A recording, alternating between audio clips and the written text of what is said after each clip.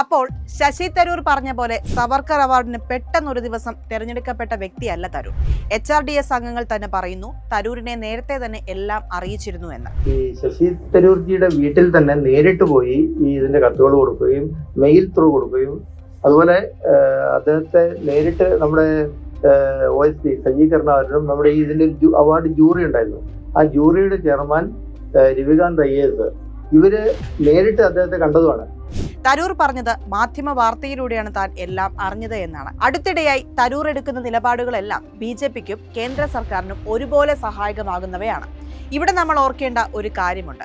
CPMന്റെ party കോൺഗ്രസിന്റെ ഭാഗമായിട്ടുള്ള ഒരു സെമിനാറിൽ മുൻ എറണാകുളം MP KV തോമസ് പങ്കെടുത്തപ്പോൾ അദ്ദേഹത്തിനെതിരെ മണിക്കൂറുകൾക്കകം നടപടിയെടുത്ത പാർട്ടിയാണ് കോൺഗ്രസ്. ശശി തരൂർ ഇത്രയേറെ പാർട്ടി വിരുദ്ധമായ കാര്യങ്ങൾ ചെയ്തു കൂട്ടിയിട്ടും അദ്ദേഹത്തിനെതിരെ ഒരു ചെറുവിരൽ അനക്കാൻ കോൺഗ്രസ് ധൈര്യം കാണിക്കുന്നില്ല. ഇതിൽ നിന്നെല്ലാം നമുക്ക് മനസ്സിലാകുന്ന കാര്യം BJPക്ക് അനുകൂലമായി ആരെന്ത് ചെയ്താലും കോൺഗ്രസിന് ഒരു പ്രശ്നവുമില്ല എന്നാണ്. തരൂരിന്റെ വിശദീകരണ പോസ്റ്റിൽ പോലും സവർക്കറിനെ കുറിച്ച് ഒരു വരി പോലും പരാമർശമില്ല. രാജ്യത്തിന്റെ സ്വാതന്ത്ര്യ സമരത്തെ ഒറ്റുകൊടുത്ത് സ്വാതന്ത്ര്യ സമരത്തിന്റെ ഭാഗമാകാൻ ആഗ്രഹിച്ച യുവാക്കളെ പോലും പിന്തിരിപ്പിച്ച ബ്രിട്ടീഷുകാരന്റെ ചെരുപ്പ് നോക്കിയ ചരിത്രമാണ് സവർക്കറിന്റേത്. അങ്ങനെ ഒരാളുടെ പേരിലുള്ള പുരസ്കാരം അത് പ്രഖ്യാപിക്കുന്ന സമയത്ത് തന്നെ നിരസിക്കുന്നതിന് പകരം ആദ്യം സ്വീകരിക്കാമെന്നും പിന്നീട് വിവാദമായപ്പോൾ നൈസായിട്ട് പോസ്റ്റിട്ട് തടി തപ്പുന്നതിനെയും നട്ടലില്ലായ്മയെന്ന് പറയും.